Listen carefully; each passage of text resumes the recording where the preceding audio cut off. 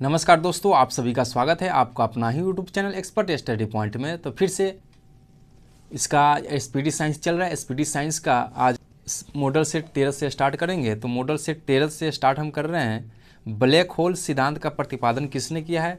तो black hole का सिद्धांत एस चंद्रशेखर ने ही उसका प्रतिपादन किया है। अगला है बोतल का कॉर्क जो लगा रहता है किस वृक्ष के साल से प्राप्त किया जाता है? तो ये कोक वृक्ष से ही ये बोतल का कॉर्क प्राप्त किया जाता है। अगला है दूध से अगर हम क्रीम को निकालते हैं तो उसके घनत्व पर क्या प्रभाव पड़ेगा? तो दूध से हम क्रीम निकालते हैं तो उसका घनत्व बढ़ जाता है। अगला है जंग लगने पर लोहे के भार में क्या परिवर्तन होता है? तो जंग लगने पर लोहे के भार में परिवर्तन होता है, यानी कि उसका भार बढ़ जाता है जबकि उसका आयु काल कम जाता है। अगला है चिकित्सा शास्त्र का जनक किसे कहा जाता है? तो इसका आंसर हो जाएगा हिपोक्रेटस। हिपोक्रेटस को चिकित्सा शास्त्र का जनक कहा जाता है। अगला है मनुष्य के शरीर में कितना प्रतिशत जल होता है? तो मनुष्य के शरीर में 65 से आपको 80% के करीब में यह जल होता है। अगला है कुपोषण में सबसे अधिक कमी किसकी होती है? अगर कोई भी बच्चे में कुपोषण का शिकार होता है तो उसमें उसका प्रोटीन सबसे उसका उत्तरदायित्व प्रोटीन होता है। तो प्रोटीन की कमी के कारण ही बच्चों में कुपोषण देखने को मिलता है। अगला शरीर में यूरिया किस अंग में बनता है?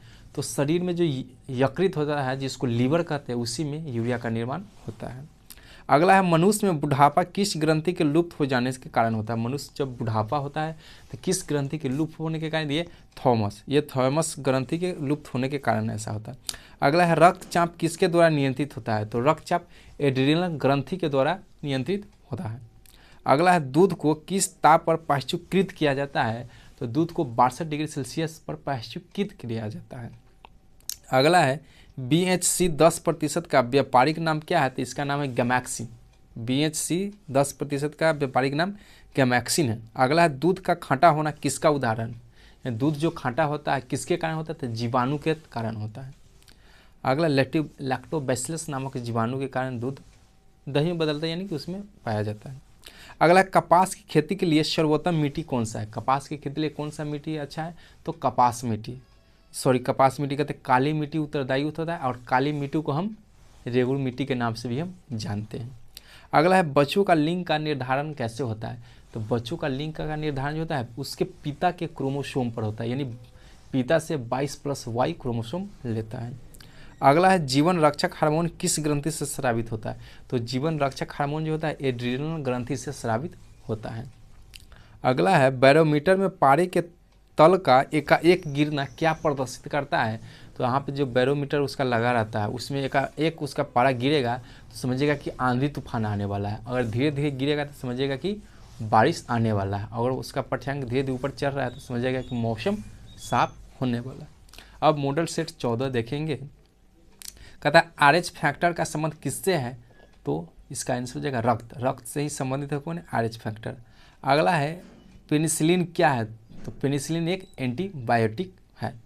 अगला है मनुष्य के हृदय में कितने प्रकोष्ठ होते हैं? तो मनुष्य के हृदय में 4 होते हैं। जितने भी स्तनधारी होते हैं उस सभी में 4 चेम्बर होते हैं। अगला है अंडा में किस विटामिन नहीं पाया जाता है? अंडा में कौन सा विटामिन नहीं पाया जाता है? तो इसका आंसर हो जाएगा विटामिन सी। विटामिन सी जो अंडा और सब्जी में नहीं पाया जाता है। अगला प्रोटीन का पाचन किस एंजाइम के द्वारा होता है? तो प्रोटीन का पाचन पेप्सिन नामक एंजाइम के द्वारा होता है और ये पेप्सिन एंजाइम जो है प्रोटीन को पॉलीपेप्टाइड में बदल देता है। अगला है ब्राइट्स रोग शरीर के किस अंग को प्रभावित करता है? तो ये ब्रिक मतलब गुर्दा जिसको हम किडनी कहते हैं उसको प्रभावित करता है। अगले है अंडे के किस भाग में प्रोटीन अधिक मात्रा में पाया जाता है? तो अंडे में जो उजला भाग होता है उसमें प्रोटीन अधिक मात्रा में पाया जाता है, जबकि वो जो पीला वाला रहता है उसमें फैट ज़्यादा रहता है और वो जो क्या बोलते हैं अंडा का जो बाहरी आवरण जो कठोर रहता है वो कैल्शियम कार्बोनेट का बना रहता है।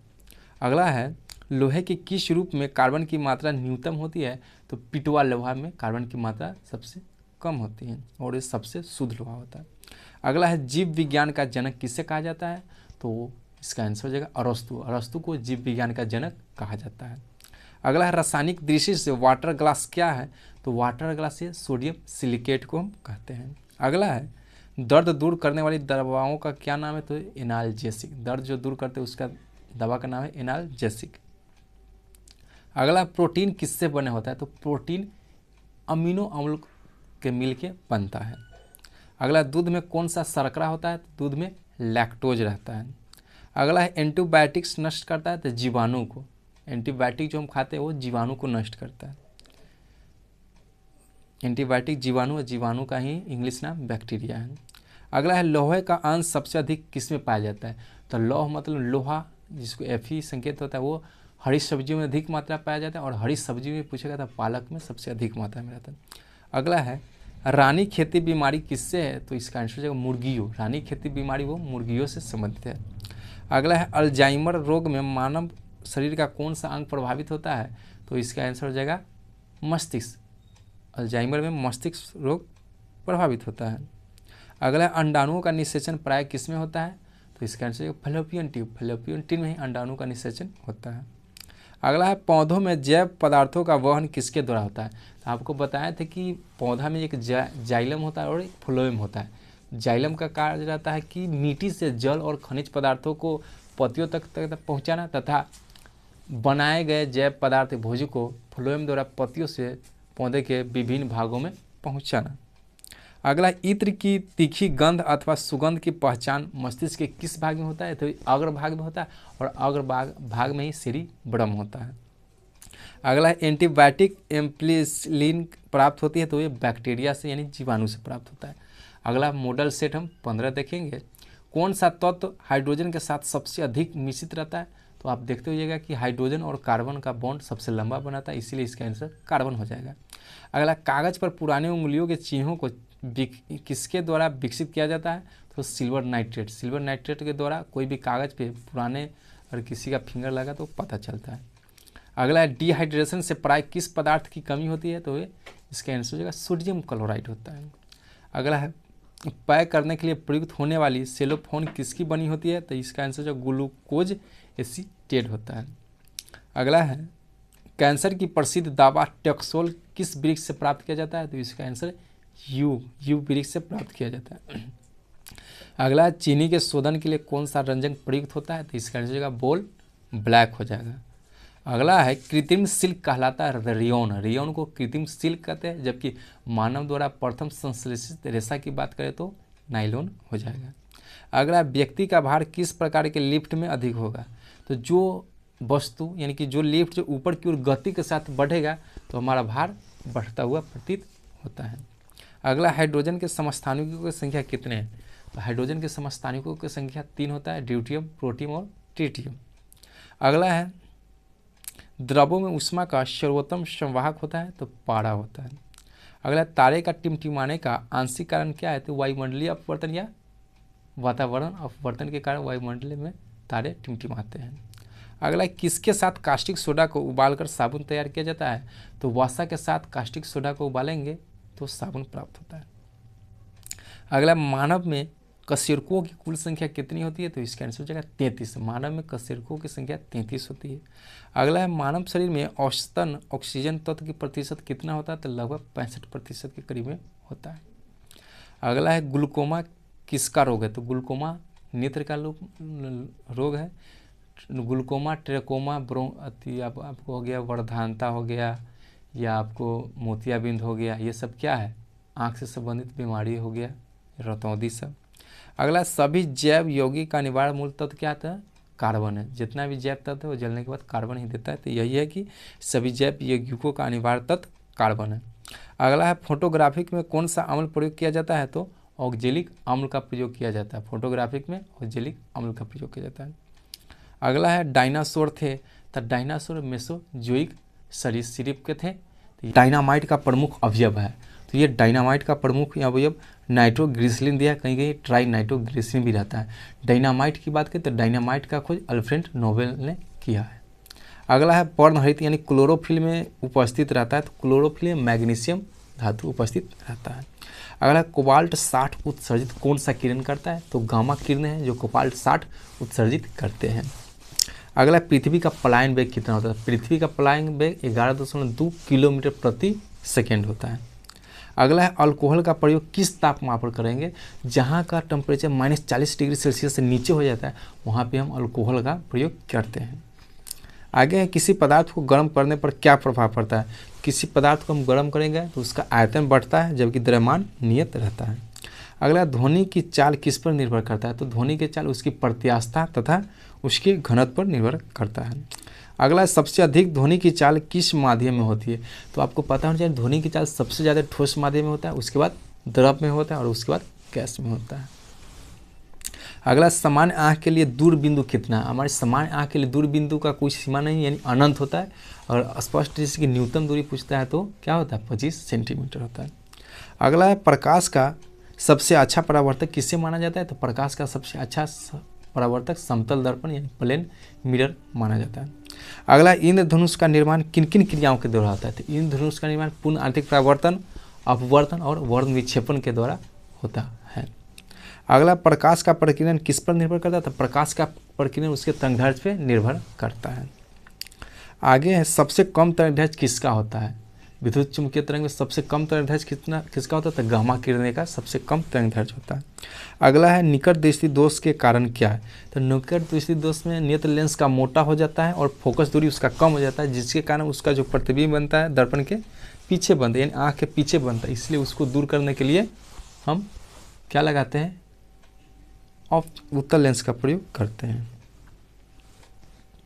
अगला है, अर्धचालक पर ताप का क्या प्रभाव पड़ता है? अर्धचालक पर ताप बढ़ाने से चालकता बढ़ती है और घटाने से घटता है।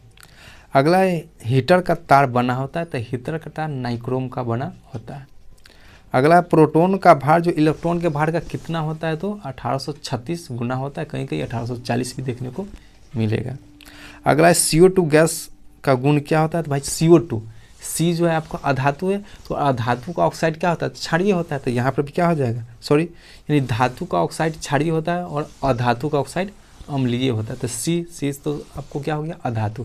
तो अधातु के ऑक्साइड आपको अम्लीय हो जाएगा। अगला है CO, तो CO क्या है? एक उदासीन है।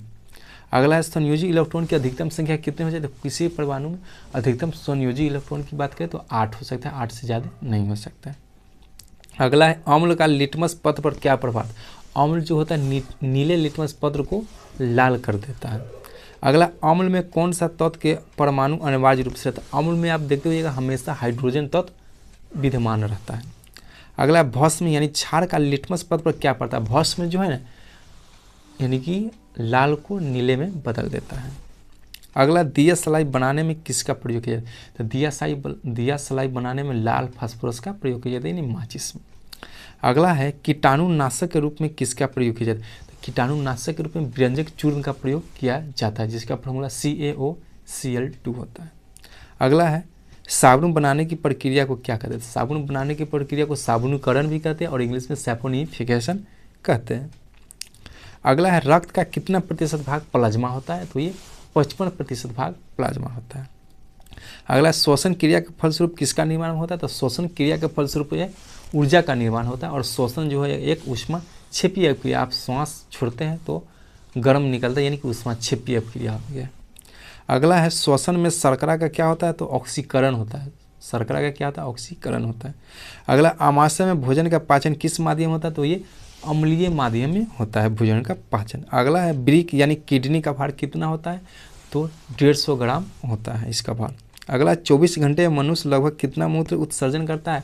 तो 24 घंटे मनुष्य जो है 1 से 1.5 लीटर यानी कि 1.5 लीटर मूत्र उत्सर्जित करता है। अगला, हार्मोन का कार्य क्या होता है? हार्मोन जो है ना, सभी प्रकार की रासायनिक क्रियाओं को, हमारे शरीर में बहुत सारे हार्मोन है, वो जो क्या करते हैं? हमारे शरीर में होने वाली सभी रासायनिक क्रियाओं का नियंत्रण करता है। अगला है, राइबोसोम किसका सतह पर होता है? तो ये एंडोप्लाज्मिक रेटिकुलम पे ये राइबोसोम होता है। अगला, प्रतिवर्तित क्रिया का संचालन करता है तो प्रतिवर्ती क्रियाओं का संचालन मेरुदंड के द्वारा होता है। अगला, तंत्रिका तंत्र की रचनात्मक तथा क्रियात्मक इकाई क्या है? तो न्यूरॉन। क्या है यहाँ पे? तंत्रिका तंत्र की रचनात्मक को कहते हैं न्यूरॉन, जबकि ब्रिक की रचनात्मक को क्रियात्मक पूछता है तो वो नेफ्रॉन होता है। अगला है, मॉडल से 18 है, मनुष्य में मेरुदंड से कितनी जोड़ी तंत्रिका, जोड़ी की बात कर रही है, तो इसका आंसर हो जाएगा 31 जोड़ी। मनुष्य के मेरुदंड से 31 जोड़ी तंत्रिका निकलती है, जबकि कशेरुकी की पूछता है तो कशेरुकी 33 होता है हमारे शरीर में। कहता है, भारत में खोजा गया प्रथम कंप्यूटर वायरस कौन है? तो सी ब्रेन। हमारे भारत में पहला कंप्यूटर वायरस कौन है? सी ब्रेन है। अगला, सुहाग का रासायनिक नाम क्या है? तो बोरेक्स होता है, जिसका फॉर्मूला Na2B4O7 और 10H2 होता है। अगला है पेनिसिलिन का मुख्य स्रोत क्या है? पेनिसिलिन का मुख्य स्रोत कवक है। अगला है कोकीन का मुख्य स्रोत क्या है? कोकीन किससे प्राप्त किया जाता है? तो हो जाएगा एरिथ्रोजाइलोन कोक यानी अवकन द्वारा। अगला पित्त रस स्रावित करता है। पित्त रस कहाँ से? यानी कि यकृत को हम लीवर कहते हैं, लीवर से ही पित्त रस स्रावित होता है। अगला फलों का अध्ययन कहलाता है तब पोमोलॉजी में फलों का अध्ययन किया जाता है। अगला मस्तिष्क का सबसे बड़ा भाग जो अग्र मस्तिष्क का होता है उसमें सेरेब्रम है जो सबसे बड़ा होता है। अगला रक्त समूह की खोज किसने किया है? तो कार्ल लैंडस्टीनर ने रक्त समूह का खोज किया है 1901 ईस्वी में। जबकि रक्त परिवहन की बात करें तो विलियम हार्वे ने किया है।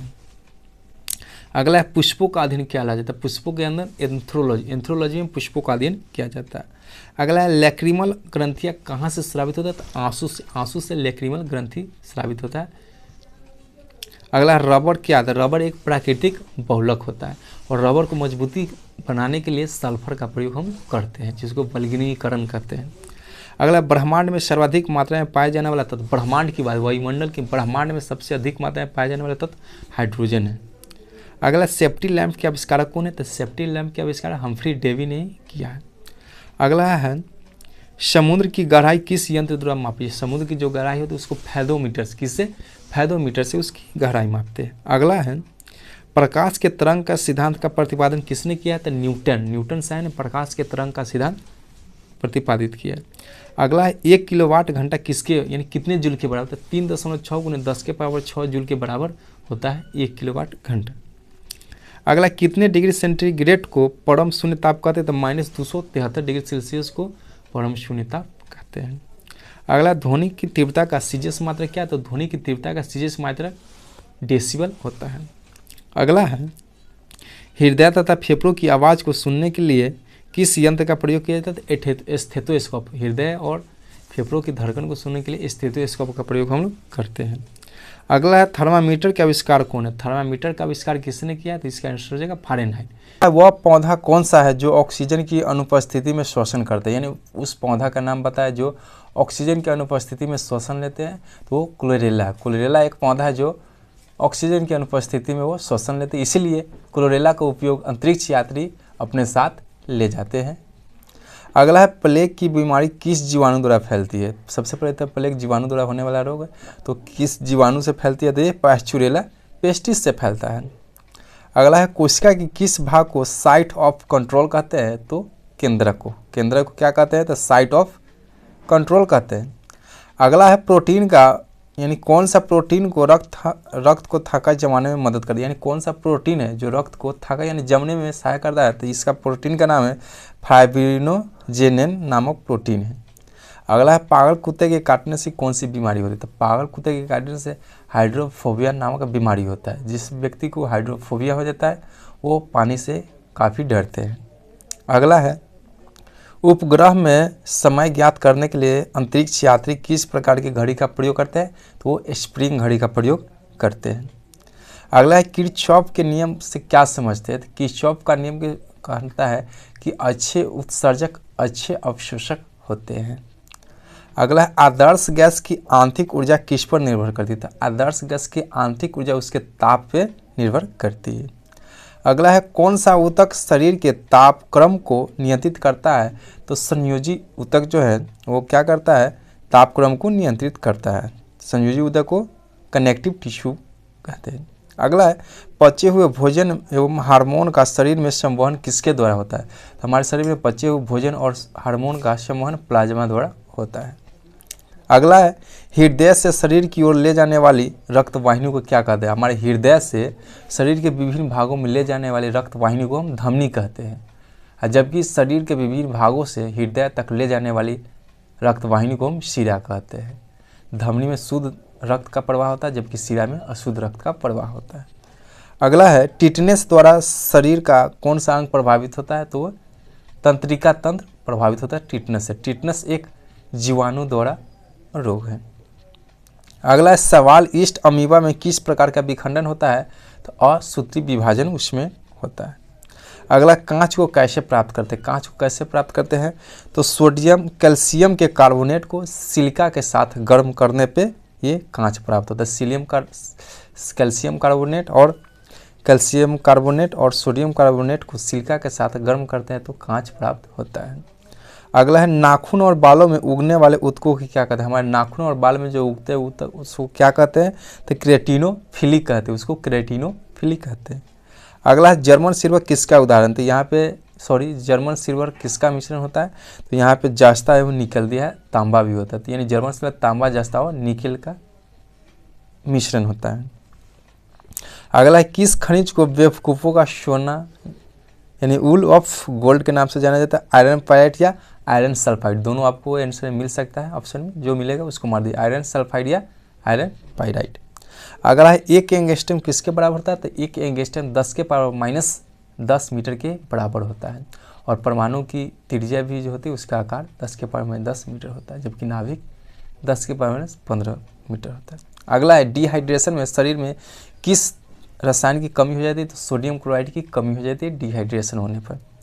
E बराबर mc² किसने प्रतिपादित किया था, तो ये आइंस्टीन ने E बराबर mc² दिया था। ये मॉडल सेट 20 चल रहा है, इससे पहले 19 देखें।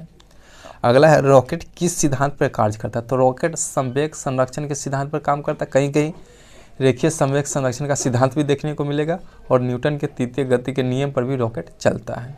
अगला है ब्रिक यानी किडनी की क्रियात्मक इकाई कौन सा है, तो इससे पहले वाले सेट में हम बताए थे, ब्रिक की क्रियात्मक इकाई को नेफ्रॉन कहते हैं। अगला है एक शराबी व्यक्ति में किस विटामिन की कमी होती है, तो एक शराबी व्यक्ति जो ज़्यादा शराब का सेवन करता है तो उसमें विटामिन सी की कमी होती है।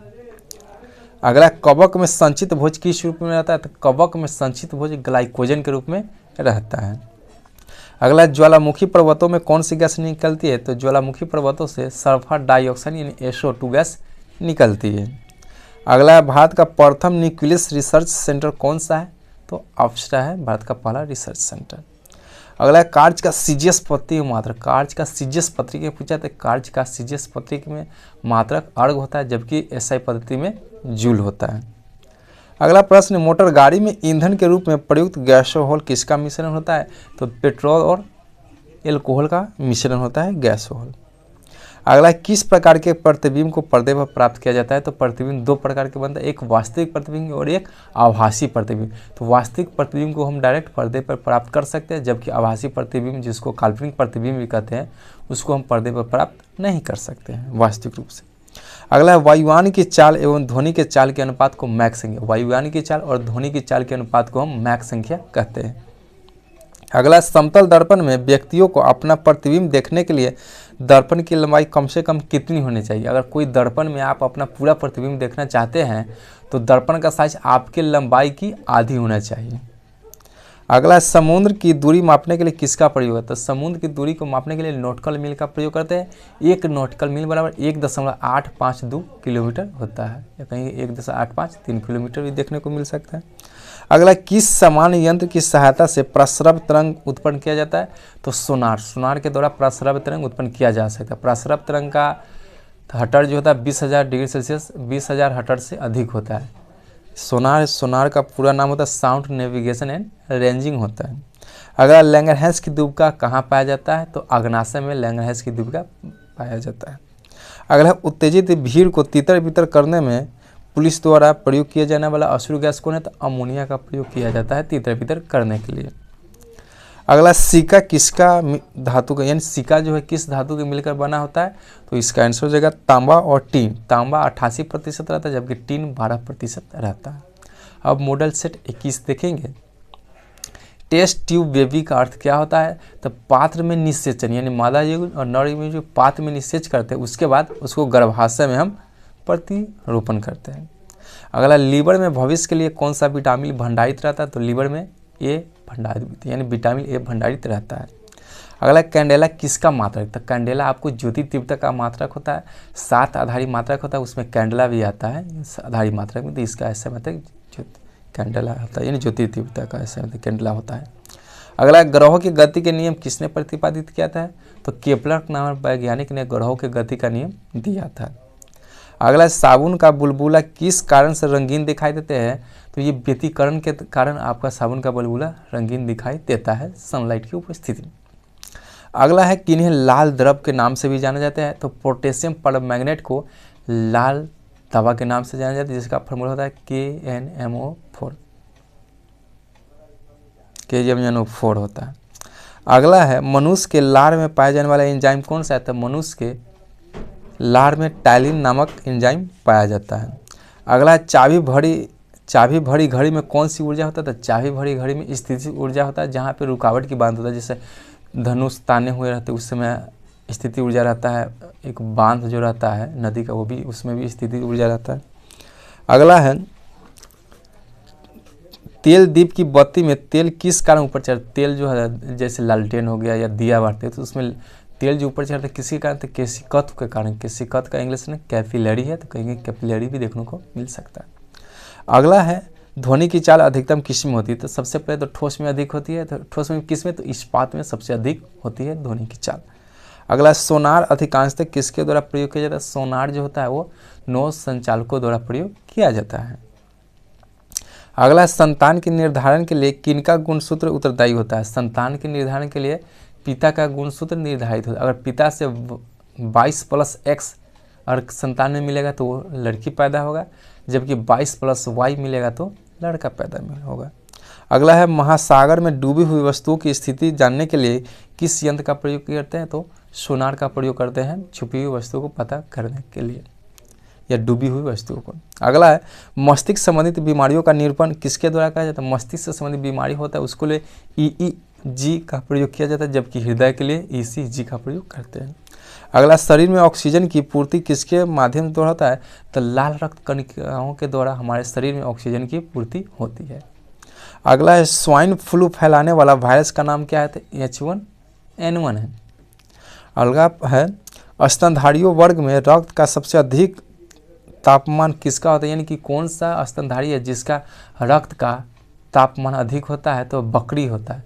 बकरी के रक्त का तापमान 39 डिग्री सेल्सियस होता है। सेट 22 है। यदि वस्तु की चाल आधी कर दी जाती है तो गतिज ऊर्जा क्या होता है? तो गतिज ऊर्जा 1/4 हो जाता है। होता कैसे? तो गतिज ऊर्जा वाला 1/2 mv²। तो यहाँ पे क्या करा है? चाल को आधी यानी v को आधा करेंगे तो 1/2, तो उसका स्क्वायर होता है v², तो 1/4 हो जाएगा। अगला g का मान कितना होता है? गुरुत्वीय त्वरण जो g का मान कितना होता है? 9.8 मीटर/सेकेंड² होता है। g का मान विषुवत रेखा पर क्या होता है? तो g का मान विषुवत रेखा पर न्यूनतम होता है। जैसे ग्लोब होता है उसको बीचों बीचों काटते हैं, उसी को विषुवत रेखा कहते हैं, तो वहाँ पे g का मान न्यूनतम होता है। पृथ्वी की सतह से ऊपर या नीचे जाने पर, इससे पहले वाला क्वेश्चन, g का मान ध्रुवों पर क्या होता है? तो ऐसे गोला जो रहता है गोल, उसके ऊपर वाले भाग और नीचे वाला जो ध्रुव होते हैं उस पर g का मान अधिकतम होता है। अगला है पृथ्वी की सतह से ऊपर या नीचे जाने पर g का मान घटता है। अगला पृथ्वी की घूर्णन गति बढ़ाएं, अगर पृथ्वी की घूर्णन गति अगर बढ़ा देंगे तो g का मान कम जाता है, और जबकि पृथ्वी की घूर्णन गति घटा देंगे तो g का मान बढ़ जाता है। दोनों एक दूसरे के विपरीत होता है। घूर्णन गति बढ़ाएंगे तो g का मान घटेगा, और घूर्णन गति घटाएंगे तो g का मान बढ़ेगा। अगला पृथ्वी के केंद्र पर g का मान, पृथ्वी के जो केंद्र होता है सेंटर पर g का मान 0 होता है। अगला पृथ्वी के लिए पलायन वेग, यानी कि पृथ्वी से किसी वस्तु को दूसरे जगह फेंकने के लिए कि वापस नहीं आया, उसी को पलायन वेग कहते हैं। तो कितना है? पृथ्वी से बाहर फेंकेंगे तो 11.2 किलोमीटर/सेकेंड होता है। अगला सूर्य के लिए पलायन वेग कितना होता है? 42 किलोमीटर/सेकेंड होता है। अगला चंद्रमा के लिए पलायन वेग कितना होता है? 2.37 किलोमीटर/सेकेंड होता है। अगला प्रश्न है पृथ्वी की सतह से ऊपर जाने पर वायुमंडलीय दाब क्या होता है? पृथ्वी की सतह से अगर आप ऊपर जाएंगे तो वायुमंडलीय दाब कम जाता है। अगला है वायुमंडलीय दाब को मापते हैं तो बैरोमीटर में मापते हैं, जबकि वायुमंडलीय दाब का मात्रक बार होता है। अगला है बैरोमीटर का पठ्यांक जब अचानक नीचे गिरता है तो आंधी तूफान आने की संभावना होती है। यानी कि बैरोमीटर का पठ्यांक डायरेक्ट नीचे गिरेगा तो समझेगा कि आंधी और तूफान आने की संभावना है। अगला है बैरोमीटर का पठ्यांक जब धीरे धीरे नीचे गिरता है तो वर्षा होने की संभावना होती है। अगला है बर्फ के 2 टुकड़ों को आपस में दबाने पर टुकड़े आपस में चिपक जाते, क्यों? क्योंकि दाब अधिक होने के कारण उसका गलनांक कम हो जाता है, जिससे वो चिपक जाते और पिघल भी जाते जल्दी। अगला है सूक्ष्म जल का घनत्व कितना होता है? तो सूक्ष्म जल का घनत्व 1 ग्राम/सेंटीमीटर³ या 10⁻³ ग्राम/मीटर³ होता है। अगला बर्फ का घनत्व कितना होता है? तो बर्फ का घनत्व 0.9 ग्राम/सेंटीमीटर³ होता है। अगला है द्रव का घनत्व अधिक होने पर पृष्ठ तनाव क्या होता है? द्रव का घनत्व अधिक होगा उसका पृष्ठ तनाव भी अधिक होगा, ज़्यादा गाढ़ा होगा। अगला है द्रव का घनत्व बढ़ने पर किस नली में कम चढ़ता है? जिसका घनत्व ज़्यादा होगा किस नली में वो ऊपर की ओर कम चढ़ता है। अगला ताप बढ़ाने पर द्रव की श्यानता जो होती है, ताप बढ़ाने पर द्रव की श्यानता घट जाती है, जबकि ताप बढ़ाने पर गैस की श्यानता बढ़ जाती है। ये मोटर से तेज चल रही है। अगला आंधी आने पर छप्पर का उड़ना किस सिद्धांत पर है? तो आंधी आने पर छप्पर का उड़ना, ये वायुयान का उड़ना, ये बर्नौली के सिद्धांत पे उड़ता है। अगला है यंग प्रत्यास्थता गुणांक का ऐसा मात्रक क्या होता है? तो यंग प्रत्यास्थता गुणांक का ऐसा मात्रक न्यूटन पर मीटर स्क्वायर होता है। अगला है यंग प्रत्यास्थता गुणांक का बीमा दिया हुआ है, तो इसका बीमा होता है एम L-1 और T⁻2 यानी T2 होता है। अगला झूला झूलते कोई व्यक्ति झूला पर खड़ा हो जाता है तो उसका डोलन बढ़ जाता है, जबकि आवर्तकाल उसका घट जाता है। अगला यदि झूले पर एक व्यक्ति के स्थान पर दूसरे व्यक्ति को बैठा देंगे तो उसके आवर्तकाल पर कोई प्रभाव नहीं पड़ेगा। अगला है वायु में ध्वनि तरंग कैसी होती है? तो वायु में ध्वनि तरंग धैर्य होती है। अगला है ध्वनि का वेग सबसे ज़्यादा किस में होता है? तो इस्पात में होता है, और इस्पात क्या है? ठोस है।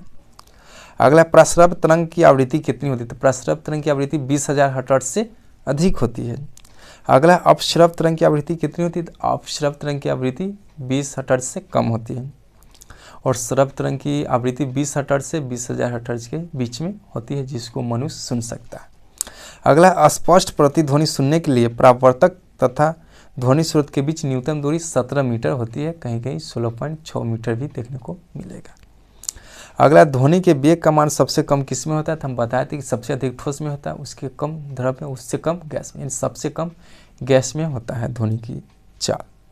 अगला वायु में ध्वनि का वेग तापमान के घटने से घटता है और बढ़ने से बढ़ता है। अगला 1 किलो कैलोरी ऊष्मा का मान कितना होता है? तो 4.2 × 10⁻² जूल होता है।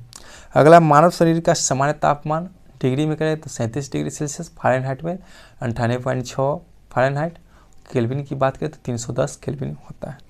अगला है कमरे का समान तापमान, तो कमरे का समान तापमान 27 डिग्री सेल्सियस और फ़ारेनहाइट में कहेंगे तो 80.6 फ़ारेनहाइट होता है। अगला विशिष्ट ऊष्मा का ऐसा मात्रक, तो जूल पर केजी पर केल्विन होता है विशिष्ट ऊष्मा का। अगला गुप्त ऊष्मा का ऐसा मात्रक, तो जूल पर केजी होता है। अगला है केल्विन तापमापी में बर्फ का गलनांक जो होता है 273 डिग्री सेल्सियस, यानी कि 100 डिग्री सेल्सियस होता है, तो आगे इसमें क्या है 200, यानी 0 डिग्री सेल्सियस पर गलता है तो ये 273 केल्विन हो जाएगा। यानी बर्फ का गलनांक क्या नहीं, गलनांक 0 डिग्री सेल्सियस होता है, तो केल्विन में बदलने के लिए उसमें 273 जोड़ेंगे तो 273 केल्विन हो जाएगा। अगला झरने में जब जल ऊंचाई से गिरता है तो उसका तापमान बढ़ जाता है, उसका वेग भी बढ़ता है।